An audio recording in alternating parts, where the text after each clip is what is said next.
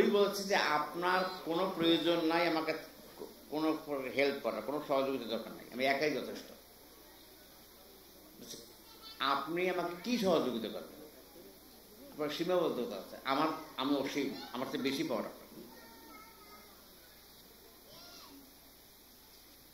আমার ক্ষমতা আপনার চেয়ে বেশি। আমি কীরকম জায়গায় থাকি জানেন? নারী অপহরণ, মদ্যপান, জুয়া খেলা, এই জায়গার জন্য কি আমার সহযোগিতা করার দরকার আছে? ওন ক্রিয়েট আমি নিজেই তৈরি করতে পারি। আজকে পত্রিকা বলে দেখবেন কোনো মানুষের জীবন নিরাপত্তা নাই, কোনো দেশের, শুধু এই দেশে না।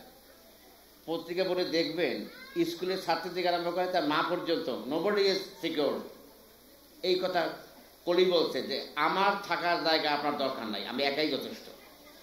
আজ পত্রিকা বলে দেখেন,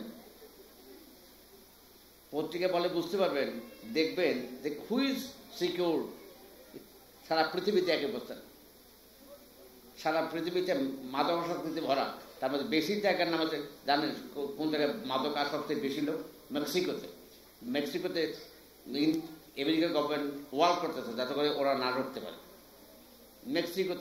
মেক্সিকো আর আমেরিকা পাশাপাশি দেশ। আমি আমেরিকা যাওয়ার সুযোগ হয় 10-12 বার, মেক্সিকো যাওয়ার সুযোগ হয় না। এই যে কথাগুলি, এই কথাগুলি শুধুমাত্র কোনো বিশেষ দেশের জন্য না, সারা পৃথিবীর জন্য।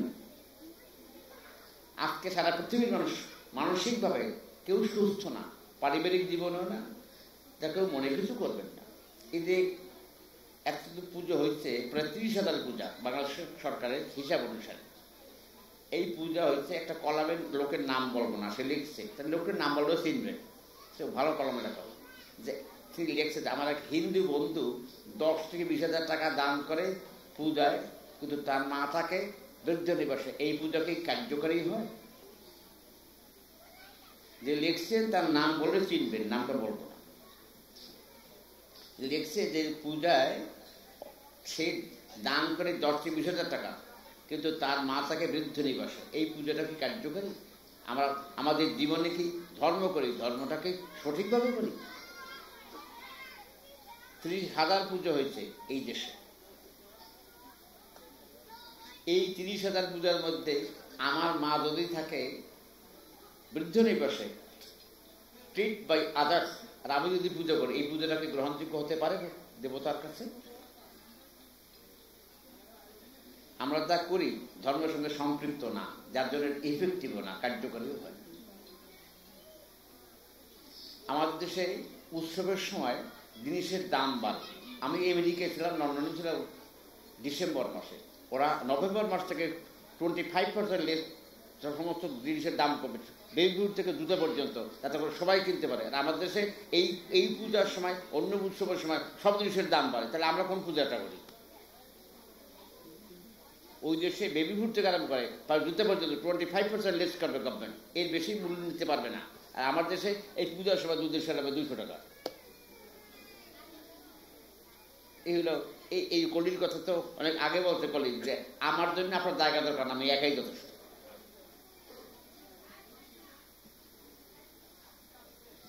যদি সমাজ রাষ্ট্রের কথা চিন্তা করেন দেখবেন কত মিল আছে। যে পরীক্ষিত মহারাজ এই কথাটা প্রথম শুনছেন, তার কারণ দুঃসহ যন্ত্রণা মানুষের জীবন যে নেমে আসবে এই বিষয়ে এই যুগের মানুষের স্বাভাবিক।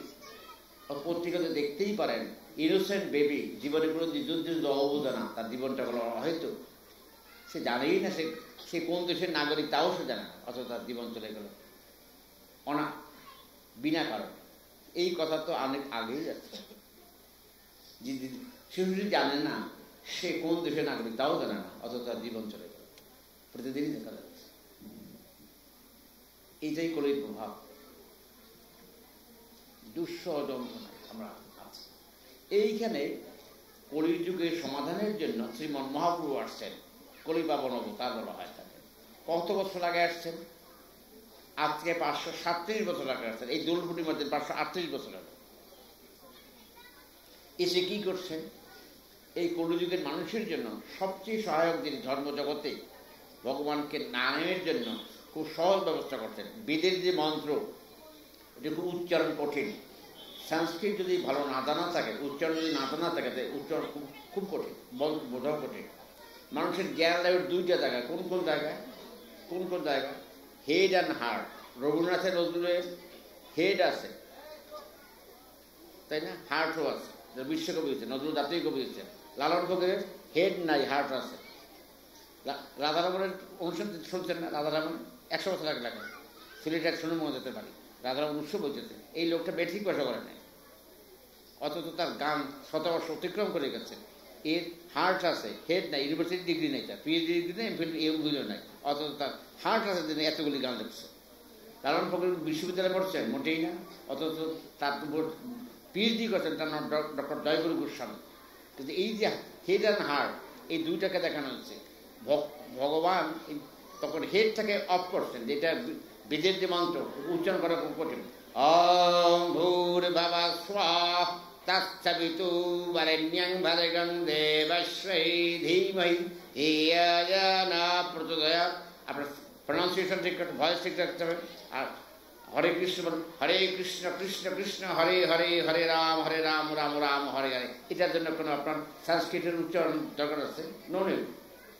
নোর কোনো প্রয়োজন নাই। এই জায়গায় মহাপ্রভু বলছেন, নাম নামাকারী যে সর্বশক্তি, আমিও তা, আমার নামও তাই। এই কথাটাকে সহজ বুঝতে পারছে। 537 বছর আগে কিরকম সময় আসছেন? হিন্দু ধর্মের খুব চূড়ান্ত অবস্থা। কি অবস্থা? এই জন্য অন্যের চাইতে হিন্দুরা বেশি দেয়, হিন্দুরা বেশি দেয়। মানুষ জন্মগতভাবে মানুষকে বিভাজন করা, বিভেদ করা, এটি মোটেই সঙ্গত নয়। যা এশিয়া খণ্ডের, দক্ষিণ পূর্ব এশিয়ার সবচেয়ে বৃহত্তম গণতান্ত্রিক রাষ্ট্র ইন্ডিয়া, ভারত। তাদের সংবিধান দেখছেন, সে মুসির ছাওয়াল, বাবার জুতা সেলাই করা লোকের ছেলে। ওরা কি ব্রাহ্মণ পড়বেন না আমারে পড়বেন? ভারতবর্ষের সংবিধান তিনি লিখছেন, আম্বেদকর, তিনি মুসির ছাওয়াল, জুতো সেলাই করা ঘরের লোক। আমি ব্রাহ্মণ না আম্বেদকর ব্রাহ্মণ। ঢাকা বিশ্ববিদ্যালয়ের টিচার ছিলেন, মহিলা, সংস্কৃত ডিপার্টমেন্টের চেয়ারম্যান ফয়জুন্নেছা বেগম। উনি পুজো দেন, আমি পুজো দেন। ওনার উচ্চারণ ঠিক না আমারটা ঠিক? ওনারটা ঠিক। সংস্কৃত ডিপার্টমেন্টের চেয়ারম্যান মহিলা, আমার ফয়জুন্নেছা বেগম। তাই আমরা মানুষকে ভাগ করছি জন্মের কারণে, মানুষকে গুণের কারণে ভাগ করি না। কিন্তু এখানে লেখা আছে, চতুর্বর্ণ গুণ ও কর্ম বিভাগ, গুণের দ্বারা মানুষকে ভাগ করছি, আর আমরা উল্টাটা করছি, জন্মের দ্বারা মানুষকে ভাগ করছি। কোনটা ঠিক? কোনটা ঠিক? মানুষের জন্মগতভাবে বিভাজন না কর্মের কারণে বিভাজন? আমরা সেটাকে করছি জন্মের কারণে। আমার ঘরে বসে বিড়াল থাকে সারাদিন 24 আওয়ার্স ঘোরাঘুরি, কারণ খাওয়ার সময় পাথরের কাছে করে, কুকুর বারান্দায় ঘুমিয়ে থাকে, এতে কোনো দোষ নাই। নমস্তে সব কেন ঘরে ঘুরে দেখলো, সব ধর্ম নষ্ট হয়ে গেলো। এই কাজ হিন্দুরা করছে, এই কাজ হিন্দুরা করেনি, করছে কেন? আমার ঘরে সারাদিন বিড়াল ঘরে, নো প্রবলেম। আমার ঘরে বারান্দার মধ্যে কুকুর শুয়ে থাকে, কোনো সমস্যা নাই। কিন্তু নমসূর্যের ছেলে, জেলের ছেলে কেন ঘুরে ডেকে গেল ঘরের মধ্যে? আর কি ধর্ম থাকে? এই কাজ হিন্দুরা বুঝে বুঝেই করছে। এটা প্রতিবাদ করছেন প্রথম করছেন বুদ্ধদেব, তারপর করছেন শ্রীমান মহাপ্রভু, তারপর করছেন জগৎগুরু সুন্দর। এই যে বিভাজনগুলিকে তিনি সমান আনার চেষ্টা করছেন। মহাপ্রভু যখন আসছেন, তো ভারতের সম্রাট আকবর, নাম তো শুনছেন। আর আকবরের একটা কৃতিত্ব আছে। আকবরের সময় সনাতন ধর্মটা খুব স্বাভাবিক অবস্থায় ছিল, উনি সহজে এসে সাপোর্ট দিচ্ছেন। এবং গীতা আমাদের সামনে আছে না, এই গীতা তিনি প্রথম ফার্সি ভাষায় অনুবাদ করেন, তারই দুইজন মন্ত্রী, দুই ভাই, নাম ইতিহাস বড় জানবেন। আবুল ফজল খৈজি নাম শুনছেন? আবুল ফজল খৈজি এরা আপন দুই ভাই, এরাই গীতাকে ট্রান্সলেট করেছেন সংস্কৃত ভাষা থেকে ফার্সি ভাষায়। এরাই প্রথম দিন এই ফার্সি ভাষায় ট্রান্সলেট করছেন সংস্কৃত থেকে। তারা দুইজনই মুসলমান, একজন নাম আবুল ফজল, একজন খৈজি, আপন দুই ভাই। আর আমাদের ঘরে গীতা আছে, আর লাল কাপড় দিয়ে জড়ানো আছে, জীবনে খুলে দেখে ওর মধ্যে কি আছে। এগুলো আমরা হিন্দু। আমাদের সবাই ঘরে গীতা আছে না, দেখবেন লাল কাপড় দিয়ে জড়ানো, ওর মধ্যে কি আছে দরকার আছে বা? এর নাম হিন্দু। দরকার আছে যে ঠাকুমা মারা গেলে বুকের মধ্যে দিয়ে স্বর্গে পাঠিয়ে দেওয়া, এই জায়গা দরকার। যখন ঠাকুমা মরে যায়, তাহলে বুকের মধ্যে দিয়ে ঠাকুমাকে স্বর্গে দেওয়া। আর কোনো কাজ আছে?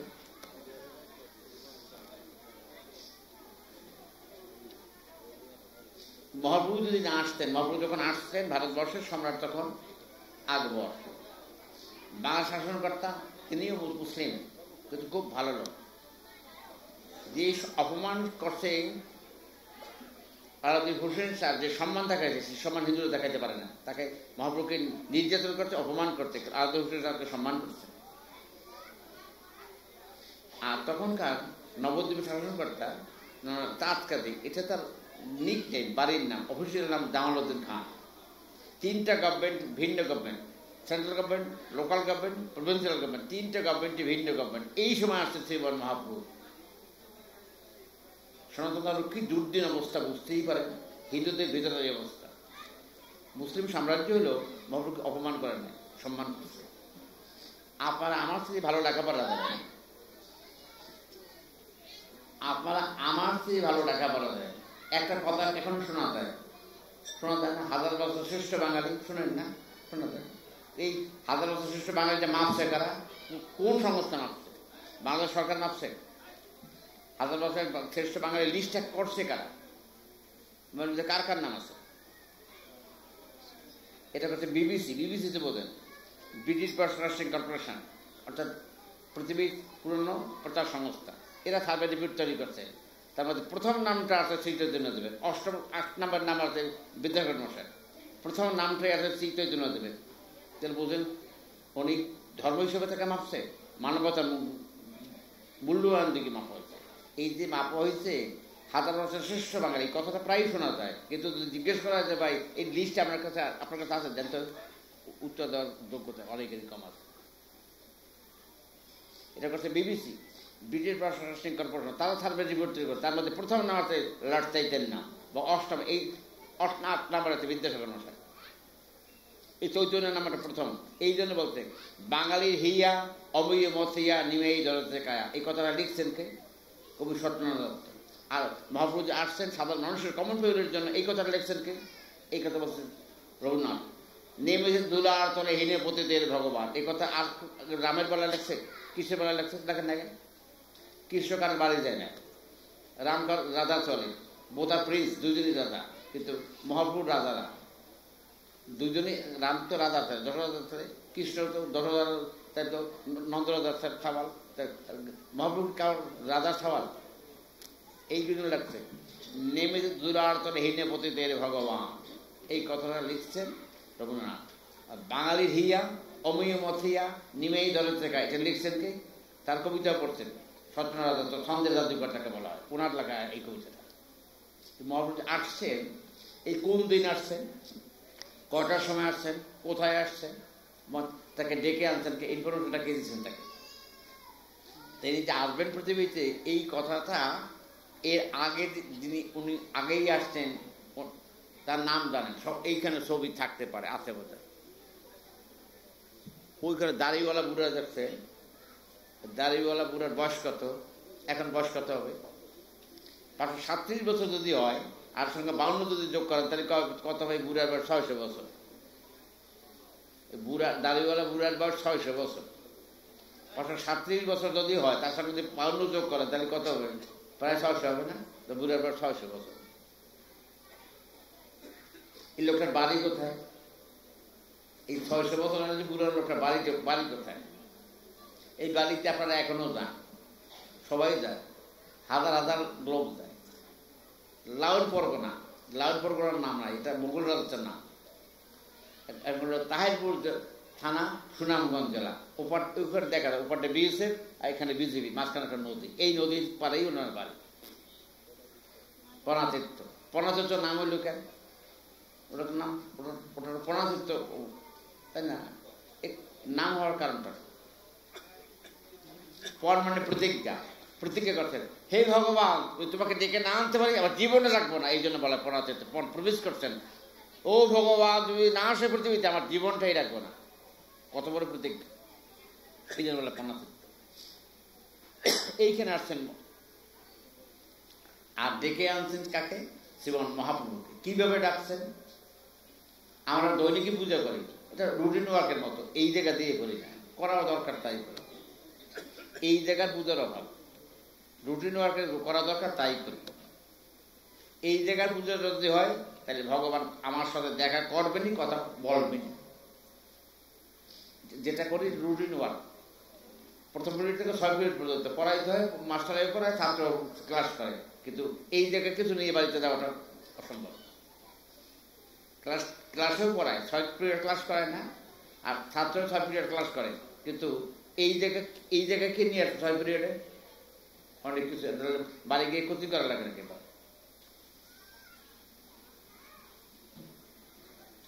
এই জায়গায় কিছু নিয়ে আসে না, এই জন্য কোচিং করা লাগে। কোচিং একজন না, ইংরেজি, physics, chemistry, biology, electric, math, তারপর অ্যাকাউন্টিং, ম্যানেজার, এতগুলি কোচিং লাগে। তাহলে এই জায়গায় এই 6 ঘন্টা কী করলাম আমি? ফার্স্ট বেনিফিট 6 ঘন্টা মাইনাস, তাহলে 6 ঘন্টা কোনো কাজ লাগছে? ওইটি যদি আবার রিপিট করতে পারি চেষ্টা, তাহলে আমার 6 ঘন্টা কোথায় কাটাই গেল? পূজাতে করি, যদি সত্যিকার অর্থে আমি প্রাণ দিয়ে পুজো করি, ভগবান শুনবেন না কেন? ভগবান বসেই আছেন, ওয়েটিং ফর মি, আমার অপেক্ষা করছেন, আমি কখন ভগবানকে ডাকবো? ভগবান বসে আছেন আমার কথা শোনার জন্য, তো কাজটা কি চায়? সে তো বসে আছে, ভক্ত কখন আমাকে ডাকবে? আপনার আমার রেস্ট আছে, তাই না? দুটো রেস্ট নাই। কোন কার রেস্ট নাই? কোন জিনিসের রেস্ট নাই? সূর্যের রেস্ট আছে। এখন কয়টা বাজে? 10টা বাজে না? আমেরিকা জিজ্ঞেস করেন কয়টা বাজে, ও এখন 12:30 বাজে। নাই অফিস, নাই গোয়িং টু অফিস, আমি এখন অফিসে যাইতেছি। আর আপনি এখন কি করবেন? খাই ঘুম পারবেন। তা সূর্যের কি রেস্ট আছে নাকি? আমাদের সূর্য অস্ত গেছে, রেস্ট হয়ে গেছে। আমেরিকার সূর্যকে রেস্ট আছে নাকি? আমেরিকার সূর্য ঘুম পারে? আমেরিকার সূর্য ঘুম পারে? এই বাংলাদেশেও কাজ করছে, আমেরিকাও কাজ করে, ও রেস্ট নাই। ভগবান বলছে আমি দিন রাত্রে বসে থেকে তোমার জন্য, তুমি কখন আমাকে ডাকবে? একবারও ডাকি না, প্রয়োজন মনে করে না। ডাকি কখন? বিপদে পড়লে। বিপদ শেষ তো আমার কাজও শেষ। তো ছোট্ট গল্প বলে দিল বুঝতে হবে। এক বৃদ্ধা